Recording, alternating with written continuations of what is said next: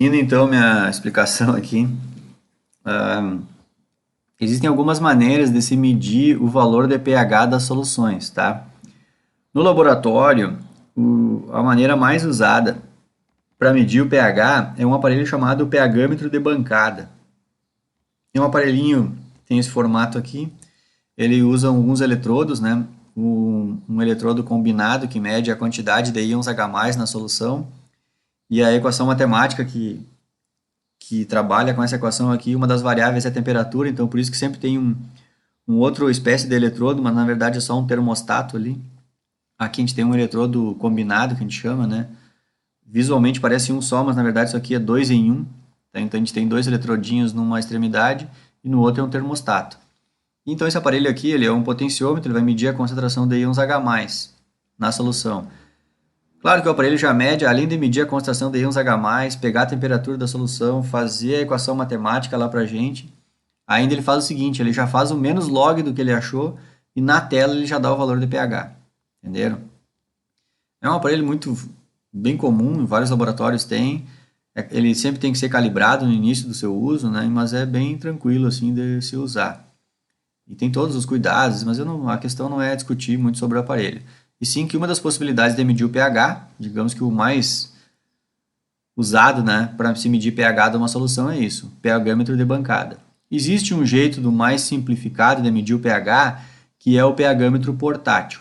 Bom, esse tipo de aparelho aqui, ele faz a mesma coisa que esse, só que esse aparelho aqui ele é bem mais limitado no sentido de, como é que eu vou dizer? Primeiro na exatidão do valor, né? E outra porque ele é bem fácil de se descalibrar. Com o passar do tempo, esses eletrodos aqui, por exemplo, esses eletrodos, eles são sempre guardados em uma solução e se dá um determinado manutenção, né, com os eletrodos desse formato aqui. Desse jeito aqui, os eletrodinhos são muito pequenininhos. É bem fácil o eletrodo não ficar molhado. Geralmente a tampinha dessa caneta aqui é uma esponjinha e a esponjinha tem que estar com uma soluçãozinha e volta e meia a pessoa esquece, não molha. E se a gente deixa um eletrodo desses aqui seco, ele vai demorar muito tempo a se novamente hidratar o vidro, que é a parte de fora. Então tem toda uma explicação teórica aqui também, né? Eu só quero dizer para vocês não se enganarem e achar que o portátil é melhor que esse. Não, não é. A única coisa boa do portátil é que ele é portátil, só isso. Mas é bem mais restrito o uso de pHmetros portátil em relação a isso daqui, tá? E as pessoas que usam um pHmetro portátil, elas têm que, primeiro, conferir se esse resultado está batendo com esse. Já começa por aí, certo? E outras maneiras existem de medir o pH. Outras maneiras vai desde do papel tornassol, em que ele inicialmente ele tem essa coloração aqui, e quando ele é colocado em soluções ácidas, ele assume uma coloração vermelha. Quando ele é colocado em soluções alcalinas, ele assume uma coloração azul, bem roxa, né? E as variações da intensidade dessa coloração, elas nos dão uma ideia, né, se está muito ácido ou não, ou está muito alcalino ou não. Bom, uma evolução do papel tornassol é as fitinhas teste de pH. Já é um papel tornassol melhorado, digamos assim. Porque o papel tornassol aqui ele tem uma tecnologia não tão boa quanto essas aqui, que usam diferentes combinações de indicadores, que é uma coisa que eu vou explicar mais para frente. E usam diferentes combinações e aí elas dão essa combinação de cor, a gente olha na escala da caixinha do indicador, da fitinha, e descobre o valor de pH. Pessoal, eu gosto de dizer para todo mundo, né, quando eu dou aula, que é o seguinte, ó, a melhor coisa que tem no laboratório é tu ter isso aqui. Porque esse aqui é o teu norte, sabe? Isso aqui nunca dá errado, nunca dá errado. Esse tipo de aparelho aqui, por exemplo, ele tem uma exatidão muito grande, no sentido que ele dá até duas casas depois da vírgula em pH. Só que não se engane, tu pode estar com esse aparelho aqui descalibrado e tu acha que está fazendo tudo certinho e não tá. Então esse aqui é o nosso porto seguro, essa fita teste de pH. Por exemplo, ela não consegue dizer para a gente muito se está pH 1 ou 1,1, 1,2. Mesmo uma casa depois da vírgula ela não consegue mostrar. Mas com muita... É bem claro assim enxergar que a gente enxerga se o pH está 1, por exemplo, ou o pH está 3, certo? Então ela não tem aquela precisão numérica, né? Mas ela é muito exata, entenderam? Ela não erra usando essa fitinha. Então é muito tranquilo, cada vez que a gente está desconfiando de alguma coisa, ir lá e recorrer à fitinha, certo? Para ter certeza. E aí sim, aí depois O aparelho, claro, que é o que mais dá confiança pra gente, né? Depois que tu tem total confiança que o aparelho está calibrado certinho e tudo mais, é o pH de bancada. Mas essa fitinha aqui é muito boa, tá? Ela só não dá informações detalhadas em escala numérica.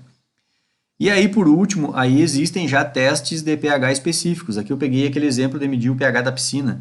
Inclusive, ele já mede o pH aqui nesse lado e aqui do lado mede a quantidade de cloro, né? Que aqui vocês já aprenderam na disciplina que não é o cloro, é o hipoclorito, certo? Aqui está escrito cloro, né? Estão vendo ali, ó? Ainda está o L maiúsculo ainda por cima, né? Não existe, né? O átomo cloro é a primeira letra é maiúscula, a segunda é minúscula, entenderam? E o outro detalhe que está errado aqui também, ó.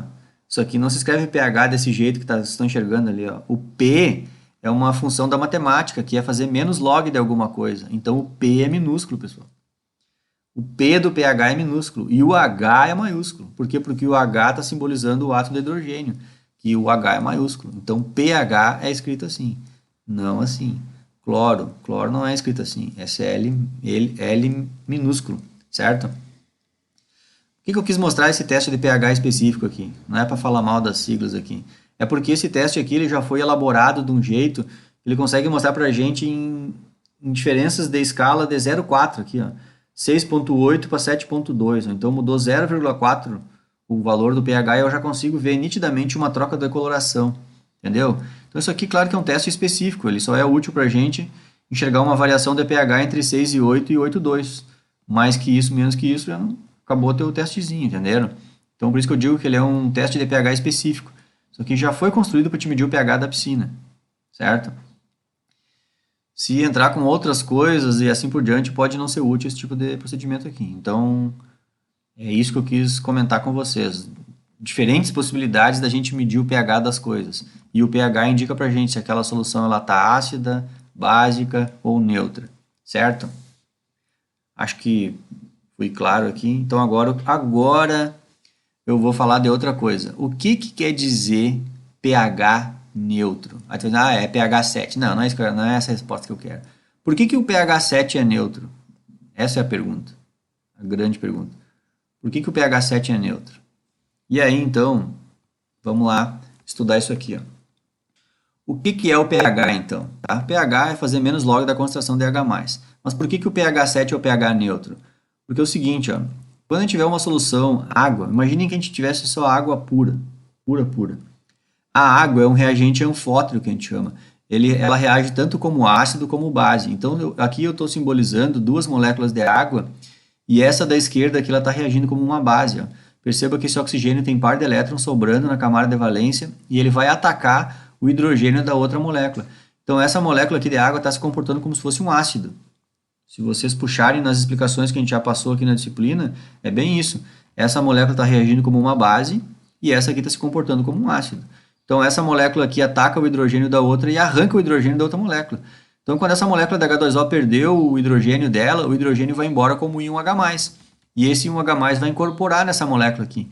Então, essa molécula aqui vai virar quem? O H3O+, que era um ácido, né? Então, se ela incorporou um H+, nela, ela se comportou como uma base, porque ela virou esse cátion aqui. Acontece que esse cátion aqui é o cátion produzido pelos ácidos, entenderam? E essa molécula aqui, se ela perder o íon H+ dela, ela vai se transformar em quem? O OH-. Entenderam? Vocês conseguem imaginar que o cátion oriundo da molécula que reagiu como base, na real ele é o cátion íon H+, o H3O+. E vocês conseguem imaginar que a molécula que se comportou como ácido, em que perdeu o íon H+, o ânion dela é o ânion que é a base, o OH-. E aí, sempre que a gente tiver água pura, as águas uma reage com a outra. E essa reação aqui acontece. Moléculas de água reagem com outras moléculas de água e produzem H+, e produzem OH-.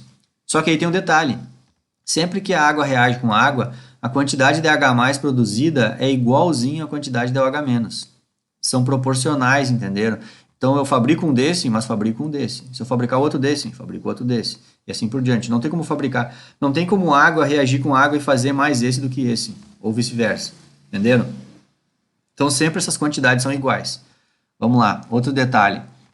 Essa reação aqui acontece muito pouco, pessoal. Por isso que eu fiz esse equilíbrio aqui, ó. Ele é bastante deslocado para a esquerda. Ou seja, se eu colocar um monte de molécula de água lá no becker, a maioria delas fica desse jeito aqui, ó, como H2O. muito pouco delas vão reagir uma com a outra para formar H+, e OH-. Muito pouco. Mas pouco não é sinônimo de nada. Então, esse muito pouco aí, eu até já vou dizer para vocês em quantidade. A quantidade de íons H+ produzidos em uma água pura é 1 vezes 10 na menos 7 mol por litro. Então, mol é aquela quantidade, né, de moléculas, né? No caso aqui, o íon H+, né, que na real é o H3O+. Aqui eu já estou... Percebam, acho que agora recém eu estou começando a escrever H3O+ como H+, né? Já dá para nós fazer essa transição aí, já, né? Todo mundo já entendeu que o H3O+ é o H+. Isso aqui é a preguicite do químico. O cara não ficar escrevendo isso aqui, o cara escreve só isso aqui, tá? Então, 1 vezes 10 na menos 7 mol por litro de H+ é produzido em água pura. Só que a quantidade de OH- é o mesmo valor, 1 vezes 10 na menos 7 mol por litro de OH-. Por mais que vocês ainda não entendam direitinho essas concentrações mol por litro, que é o número de mol em 1 litro de solução, dá para perceber que numericamente a concentração de íons H+ em água pura é igualzinho à concentração de íons OH- na água pura. Portanto, a quantidade de íon H+ ela é igual a de OH-. E o valor numérico é esse. Concentração de íons H+, 1 vezes 10 na menos 7. Pessoal, 1 vezes 10 na menos 7 é 0,000. Tu vai botar 6 zeros depois da vírgula, depois vem o número 1. Então, na real, esse número aqui, se for não escrever na forma científica, assim, isso aqui é 0, contem aí, ó, 0,0000001 molar.